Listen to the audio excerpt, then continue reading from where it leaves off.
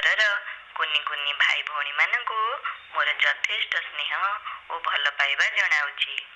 ଆଜି ଗୁରୁମା ତୁମମାନଙ୍କୁ ଗୋଟିଏ ସୁନ୍ଦର କାହାଣୀଟିଏ କହିବେ। ତୁମେ ମନ ଦେଇ ଶୁଣିବ। କାହାଣୀଟିର ନାଁ ହେଲା ଗୋପର ଗୋରୁ ସେବା। ଭାର୍ଗବୀ ନଦୀ କୂଳରେ ସୁଆଣ୍ଡୋ ଗାଁ। ସେ ଗାଁରେ ଗୋପ ବୋଲି ପିଲାଟିଏ ଥିଲା। ସେ ବିଦ୍ୟାଳୟରେ ଭଲ ପଢୁଥିଲା। ସାଙ୍ଗମାନଙ୍କ ସହିତ ମିଳିମିଶି ସବୁ କାମ କରୁଥିଲା। ଗୁରୁଜୀଙ୍କର କଥା ମାନୁଥିଲା। ସେଥିପାଇଁ ତାକୁ ଗୁରୁଜୀ ବହୁତ ଭଲ ପାଉଥିଲେ। ଦିନକର ଘଟଣା, ଗୁରୁଜୀଙ୍କର ଦେହ ଖରାପ ହୋଇଗଲା। ସେ କହିଲେ, ଲେମ୍ବୁ ପାଣି ପିଇଲେ ଦେହ ଭଲ ହୋଇଯିବ, କିନ୍ତୁ ନାହାକ ଅଜାଙ୍କ ବାଡ଼ିରୁ ଲେମ୍ବୁଟିଏ ଆଣିବାକୁ ପଡ଼ିବ। ଏ କଥା ଶୁଣିଲା ପରେ ଶିଷ୍ୟମାନେ ଗୁରୁଜୀଙ୍କ ପାଖରୁ ଧୀରେ ଧୀରେ ପଳାଇଗଲେ। ସେତେବେଳେ ଖରା ଦିନ ଥିବାରୁ ଘରୁ ବାହାରିବାକୁ ବହୁତ କଷ୍ଟ ହେଉଥିଲା। ତତଲା ପବନ ବହୁଥାଏ। ନଦୀର ତତଲା ବାଲିରେ ଚାଲି ଚାଲି ଗଲେ ଯାଇ ନାହାକ ଅଜାଙ୍କର ବାଡ଼ି ପଡ଼ିବ। କିନ୍ତୁ ଗୋପ ମନରେ ସାହସ ବାନ୍ଧିଲା। ନଦୀର ତତଲା ବାଲିରେ ପାଦ ପକାଇ ଆଗକୁ ଆଗକୁ ମାଡ଼ି ଚାଲିଲା। ଶେଷରେ ଲେମ୍ବୁ ବାଡ଼ି ପାଖରେ ପହଞ୍ଚିଲା। ଦେଖିଲା, ବଗିଚାର ମାଲିକ ନାହାକ ଅଜା ଖଟ ପକାଇ ଗଛ ମୂଳରେ ଶୋଇଛନ୍ତି। ଗୋପ ମନେ ମନେ ଭାବିଲା, ପାଟି କରି ଡାକିଲେ ଅଜା ରାଗିଯିବେ।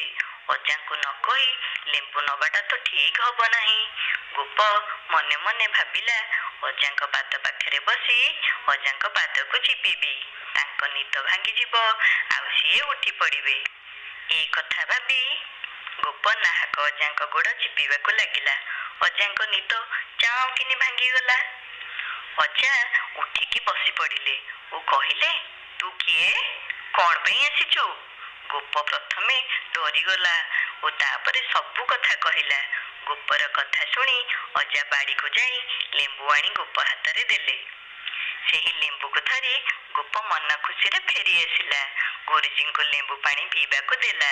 ଲେମ୍ବୁ ପାଣି ପିଇବା ପରେ ଗୁରୁଜୀଙ୍କ ଦେହ ଭଲ ହୋଇଗଲା। ଗୁରୁଜୀ ଖୁସି ହୋଇ ଗୋପକୁ ଆଶୀର୍ବାଦ କଲେ।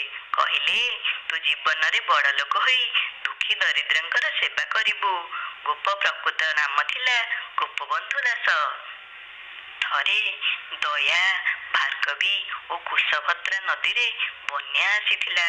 ଘରଦ୍ୱାର, ଗାଈଗୋରୁ, ଗଛପତ୍ର, ଧନ ସମ୍ପତ୍ତି ସବୁ ପାଣିରେ ଭାସିଗଲା। ଲୋକମାନେ ଖାଇବାକୁ ପାଇଲେ ନାହିଁ। ବିଭିନ୍ନ ରୋଗରେ ପଡ଼ିଲେ। ସେତେବେଳେ ଗୋପବନ୍ଧୁ ତାଙ୍କର ସାଙ୍ଗମାନଙ୍କୁ ଧରି ଚୁଡ଼ା, ଚାଉଳ, ଲୁଗାପଟା ଓ ଔଷଧ ଧରି ଗାଁ ଗାଁ ବୁଲି ବାଣ୍ଟିବାକୁ ଲାଗିଲେ। ଲୋକମାନଙ୍କର ସେବାରେ ଗୋପ ତାଙ୍କ ଜୀବନକୁ ବାଜି ଲଗାଇ ଦେଲେ। ତାଙ୍କୁ ଲୋକମାନେ ଉତ୍କଳମଣି ଗୋପବନ୍ଧୁ ଦାସ ନାମରେ ଜାଣିଲେ।